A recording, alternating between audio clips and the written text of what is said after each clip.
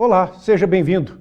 Você está na TV Poços, programa Direitos e Deveres com o Dr. Vanderlei de Mello. Eu sou o Carlos Camargo. Como fazemos no início de nossos programas, nós aqui comunicamos e reiteramos aos nossos telespectadores o escritório jurídico do Dr. Vanderlei de Mello, a Rua Santa Catarina, número 80, Sala 12, no centro de Poços de Caldas, muito próximo do terminal de linhas urbanas. E também, sempre mostramos aqui o cartão de visita, Dr. Vanderlei, Advocacia Criminal, Execução Penal, o Dr. Vanderlei em parceria aí com a doutora Letícia Lima, no mesmo endereço que eu mencionei agora há pouco. Também, como fazemos, de praxe, mostramos aqui a doutora Luciana, que é advogada e filha do Dr. Vanderlei, e que nas horas vagas, finais de semana, feriado, ela e seus colegas de música oferecem aí uma prestação de serviço para festas, casamentos. Aqueles que estiverem interessados, faça contato pelo 99967-6276, 99967-6276. Estamos aí na famosa e tão querida, idolatrada Semana da Pátria, de 1 a 7 de setembro. Infelizmente, este ano não teremos também, como no ano passado, o desfile cívico-militar, civil-militar, que tanto abrilhantava esta comemoração. Esperamos que para o próximo ano, com um controle total desta pandemia, as pessoas possam novamente se reunirem nas principais avenidas das cidades de todo o Brasil para comemorarem, através de um desfile civil-militar, a independência do Brasil. Isto significa muito para o povo brasileiro. Nós não podemos perder esta memória. E isso faz parte da nossa história, faz parte do nosso povo, da nossa nação e da nossa pátria. Há 199 anos atrás, Dom Pedro I, que era o príncipe regente do Brasil, em 7 de setembro de 1822, às margens do Riacho Ipiranga, em São Paulo, deu o famoso Grito do Ipiranga. O que é esse grito? O grito da independência do Brasil, do jugo de Portugal. Brasil, que era uma colônia. E foi assim, uma colônia escravizada em todos os sentidos. Mas naquela data, em 7 de setembro de 1822, Dom Pedro se rebelou contra a sua própria família. Os reis, famílias da dinastia de reis e rainhas de Portugal, e declarou a independência do Brasil, se tornando o primeiro imperador do Brasil. Dom Pedro I, o primeiro imperador do Brasil.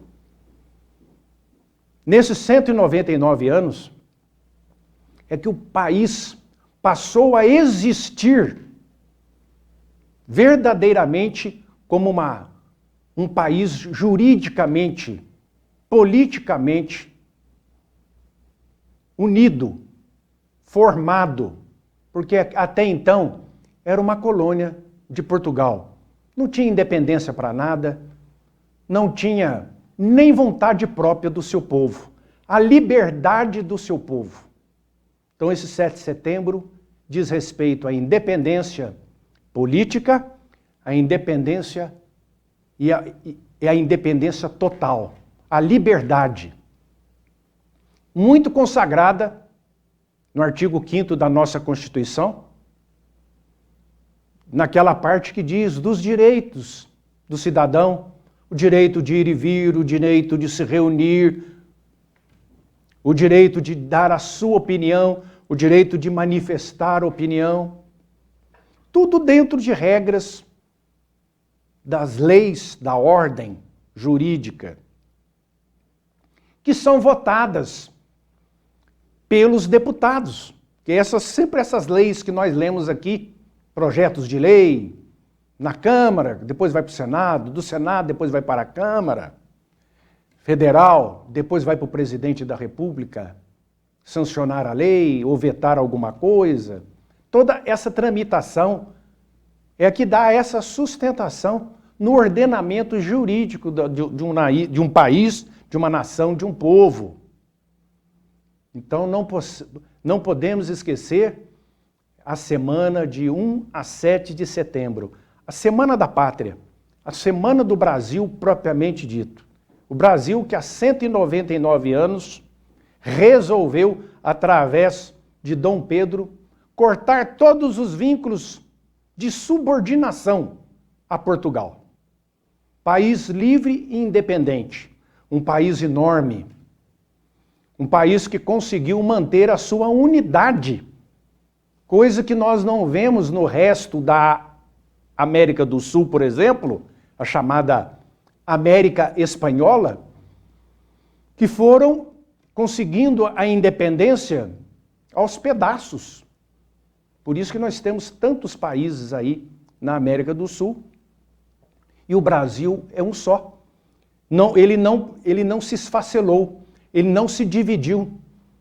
Ele é o mesmo, ele é único, apesar das diferenças. E como existem diferenças de toda a ordem neste país.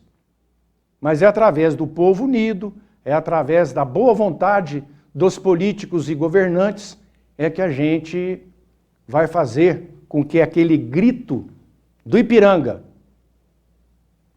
naquela tarde de 7 de setembro de 1822, possa valer até hoje e daqui para frente, perpetuando e agigantando esse gigante que é o Brasil, agigantando ainda mais, não como um gigante adormecido, muito no lirismo, na prosa, no verso, no hino, mas o gigante no sentido de que todos que fazem parte desse país têm a sua cota de responsabilidade. Nós temos direitos, mas temos deveres. E dentre eles é o dever de agradecimento àquela data de 7 de setembro de 1822. Porque se não fosse por aquele dia, aquela hora, aquele momento, com aquela pessoa, Dom Pedro, nós não poderíamos imaginar em que situação poderíamos nos encontrar hoje. Então, aquele grito da independência, da liberdade, que ele se perpetue eternamente na história política, jurídica do nosso querido Brasil.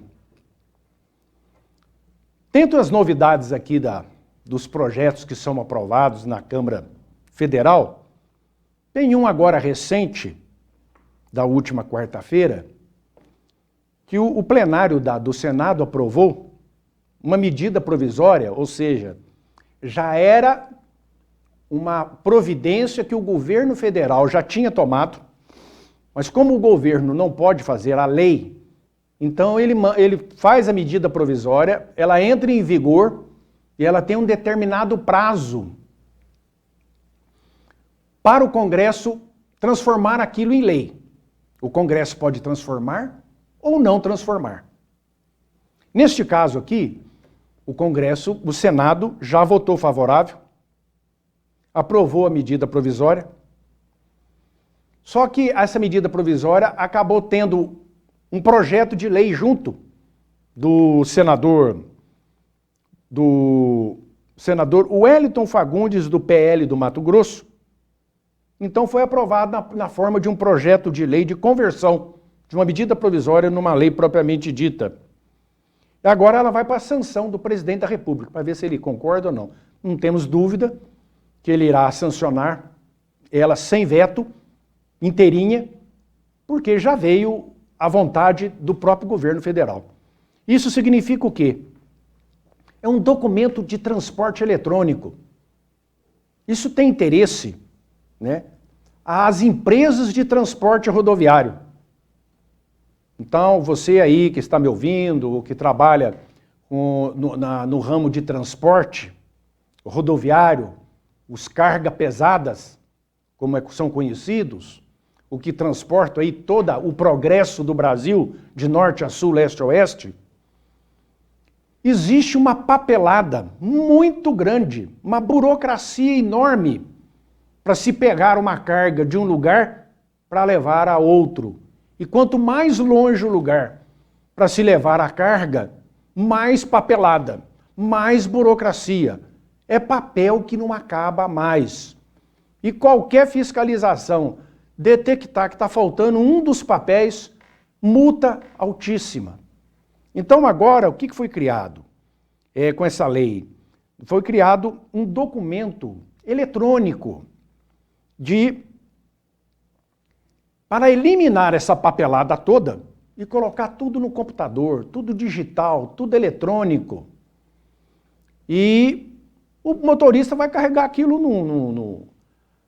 no WhatsApp, no celular, vai carregar no tablet, ou no laptop, um computador, um micro manual.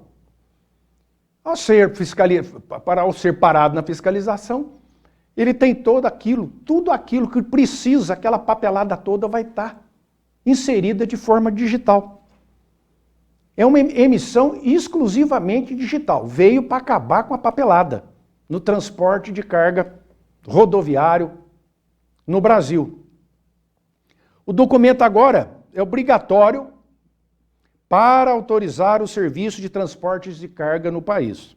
A intenção é reunir em um único documento todos os dados, obrigações administrativas, informações sobre licenças, registro, condições contratuais, sanitárias, de segurança, ambientais, comerciais e de pagamento. Inclusive, o valor do frete e dos seguros contratados. Fica dispensada a versão do papel. Isso chama-se DT eletrônico. Documentos de transporte eletrônico. Ali vai ter todas as informações também. Da carga, da origem, o destino, a forma de pagamento do frete, além de indicar expressamente o valor do frete pago, contratado, ao subcontratado e do piso mínimo de frete aplicável. Essa implantação vai seguir um cronograma do governo federal que poderá firmar convênio com os municípios, com os governos estaduais e até distrital, no caso lá de Brasília, para incorporar outras informações de competência desses governos, como sobre tributos e demais obrigações relacionadas ao transporte de cargas. Isso é muito importante. A gente percebe que o governo federal tem dado muita ênfase, tem se preocupado muito com a questão aí do caminhoneiro e no que diz respeito aí a vários assuntos. E dentre eles, essa desburocratização de toda essa papelada, que ela não pode acabar. Mas então foi agora, com essa lei, vai ser criado através de forma digital para o computador, e as empresas de transporte de carga vão ter aí uma facilidade no seu trabalho substancial. Isso vem aí para ajudar os caminhoneiros que têm aí a sua empresa, pequena, média, grande empresa de transporte de carga de todo o país, vão se ver livre da papelada e tudo vai ser inserido de forma digital, que a fiscalização vai poder observar a qualquer momento, pelo simples contato na abertura do computador, ele vai ter tudo ali a respeito daquela carga e de todos os outros itens que eu acabei de falar aqui. Então isso é muito importante, é desburocratizar. Um país de papel, tudo é papel, uma papelada para lá, uma papelada para cá, uma dificuldade imensa. E o Brasil ainda não se vê livre dessa chamada burocratização, que foi aí criada através dos tempos. Me lembro que, não sei em qual governo, não recordo agora, criou até um ministério, um ministro da desburocratização, para ver se dava um jeito de diminuir essa papelada toda que precisa, tudo é papel para todo lado, carimbo para todo lado. Então, essa é uma medida excelente. Você aí que trabalha no transporte de carga, está sentindo aí o que eu acabei de relatar aqui. Já já a gente volta com outros assuntos.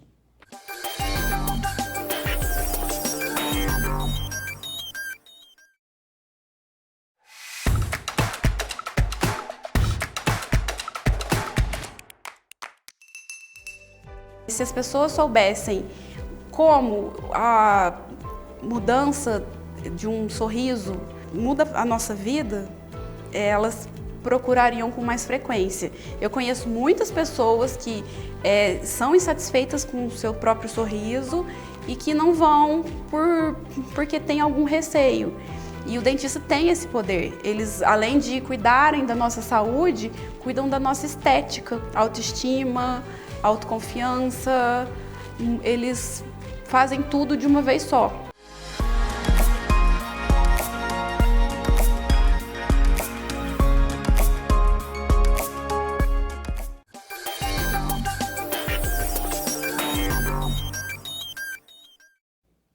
Ok, estamos de volta.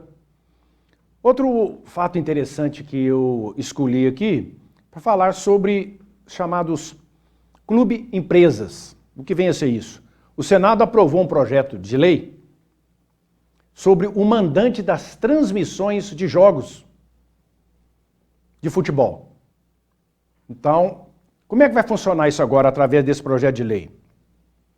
Inclusive, quem está à frente disso aí é o senador Romário, que, logicamente, com outros colegas de bancada. Eles fizeram uma sessão agora, no dia 24, próximo passado, uma sessão semipresencial. Tinha senador presente, tinha senador em presença remota, em casa, mas participou da sessão. Aprovou o projeto de lei 2336/2021, projeto de lei que atribui exclusivamente ao clube mandante das partidas de futebol os chamados direitos de arena, referente à transmissão ou reprodução de jogos. O tema já havia sido abordado pela medida provisória 984 de 2020, que acabou perdendo a vigência sem ter sido votada. Depois disso, o próprio Executivo encaminhou esse projeto de lei ao Congresso Nacional em regime de urgência, relatada pelo senador Romário. A matéria foi aprovada de forma unânime, com 60 votos, e segue agora para a sanção da Presidente da República. Eu havia falado sobre a medida provisória, aqui está um exemplo. O presidente, o governo, já tinha se interessado por esse assunto e tinha mandado uma medida provisória para o Senado, para o Congresso. O que eles fizeram? Não mexeram com aquilo. Passado os 120 dias, deixa de valer. Agora, o governo mandou um projeto de lei que foi, então, abraçado pelo senador Romário e tocou aquilo para frente.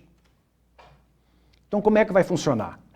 Então, agora, o direito de transmissão de jogos, que a gente assiste aí pela televisão, pode ser por qualquer rede também de internet. Agora, a empresa interessada em transmitir ou retransmitir os jogos, ela vai ter que fazer o contrato com o clube mandante, ou seja, o clube que estiver jogando em casa. Então, aquele clube que estiver jogando em casa, então vai ter um jogo, por exemplo, do Flamengo contra um outro time, uma determinada data aí para frente. As empresas que tiverem interesse em transmitir aquele jogo têm que fazer contato com o Flamengo. E não participa o clube que não é o mandante, que não é o que está jogando em casa, nessa negociação. Esse clube visitante não participa. Essa é uma boa medida, porque vai flexibilizar. O que nós temos no Brasil hoje, e já há algum tempo, algumas décadas, um monopólio, praticamente um monopólio, de transmissão de jogo, de partida de futebol, por uma grande empresa aí de mídia, de televisão.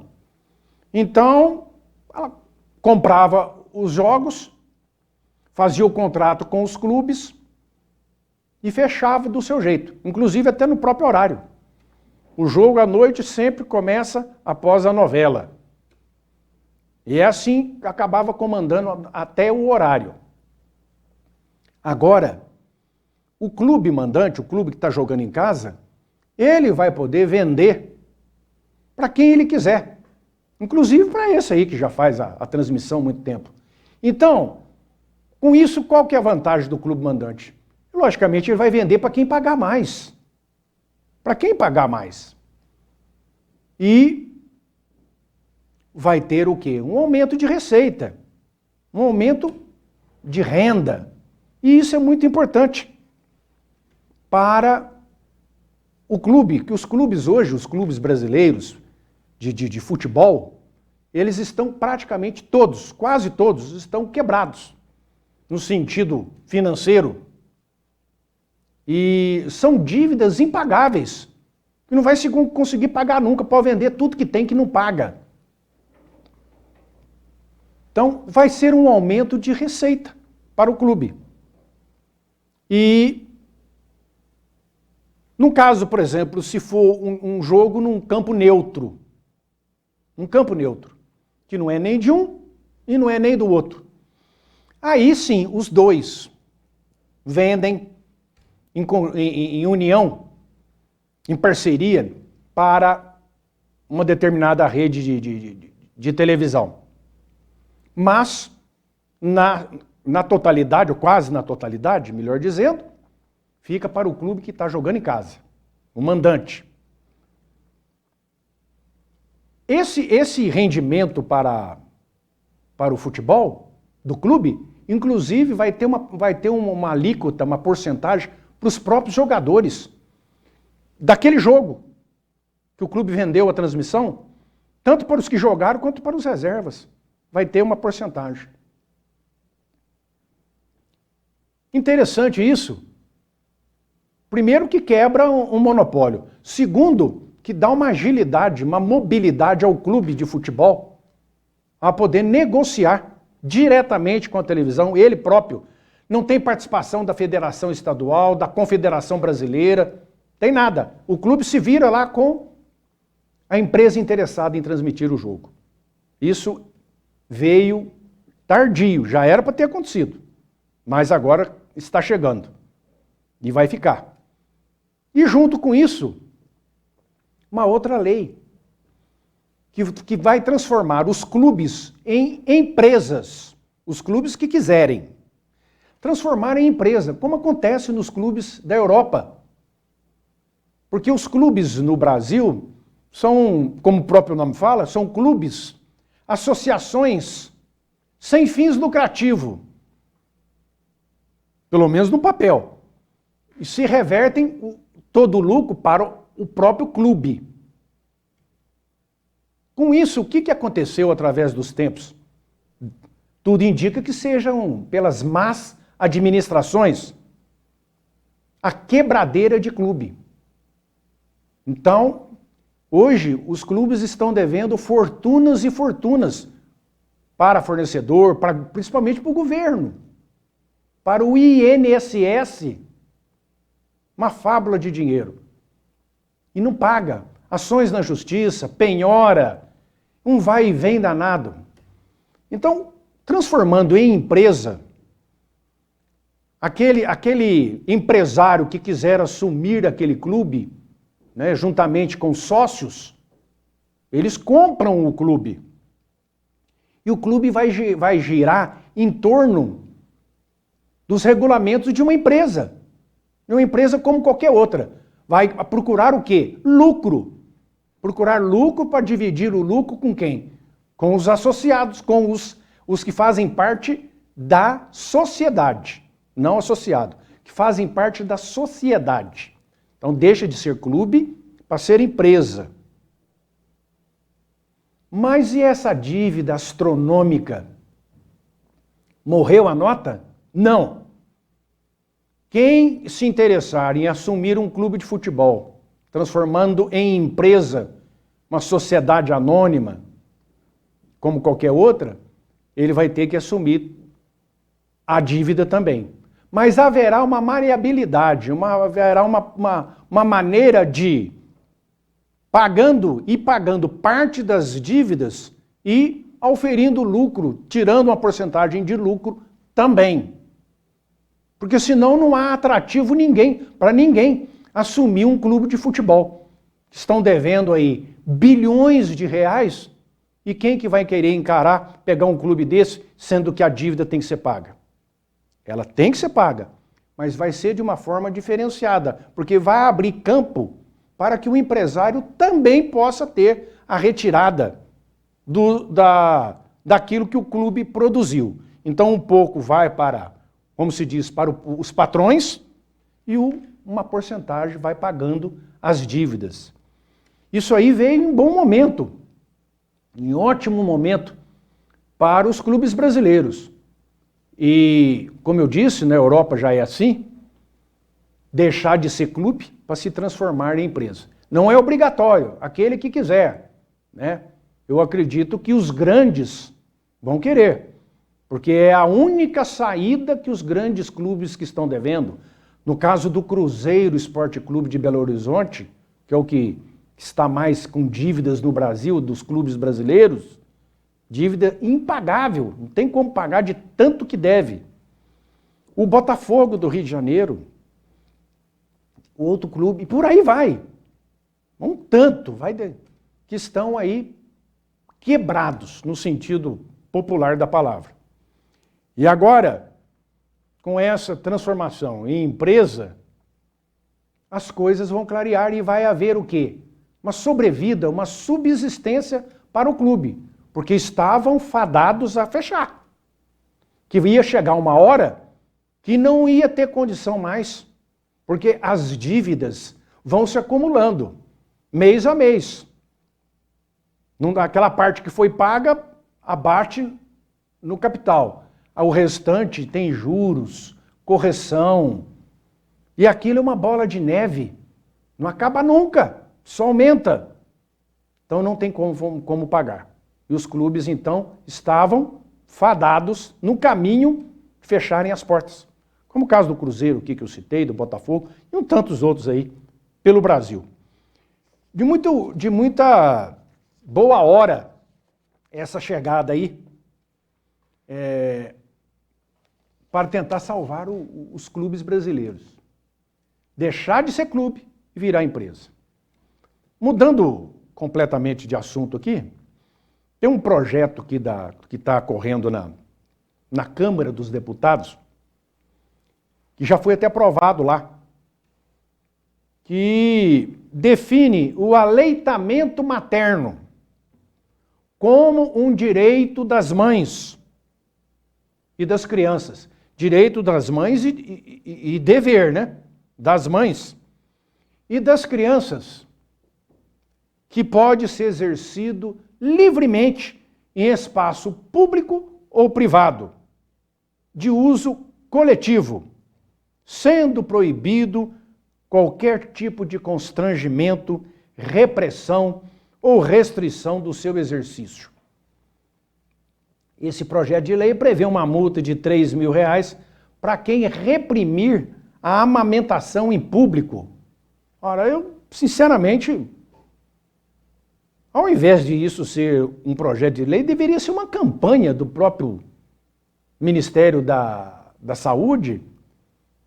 Quem que vai reprimir uma mãe de dar mamar para o seu bebê, para a sua criança em público, onde ela quiser? Eu nunca vi, nunca soube de alguém que falasse, aqui não pode. A senhora tenha compostura, onde já se viu fazer esse negócio aqui? Não, nunca vi isso. Então tem alguns projetos de lei que são umas coisas que fogem do senso comum. Não é possível um negócio desse.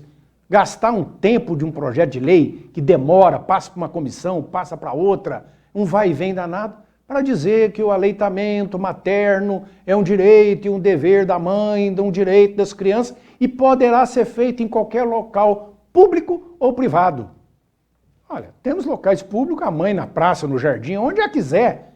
Ela coloca o bebê para mamar ali. E eu nunca soube que alguém fizesse alguma coisa, proibisse ou constrangesse aquela mãe quando estava dando ali, fazendo o aleitamento do seu filho. Nos lugares privados, no shopping existe lá, em todos os shoppings, grandes lojas, restaurantes, berçário, né, para ir lá trocar o bebê, lavar, trocar fraldinha. Naquele local também as mães ali tem um horário ali, pode usar para dar fazer a alimentação através do peito para a sua criança. Então acho desnecessária, poderia ser feito apenas uma campanha, e isso aí faz parte até da educação das pessoas, seria educar aqueles que porventura pensam diferente. E conclamar a população a respeitar o ato do amamentar seu filho aonde quiser, onde a mãe achar necessário, o bebê está chorando, está com fome, e ela que sabe. E todos têm que respeitar. Obrigado. Semana que vem a gente volta com outros assuntos. Fiquem com Deus.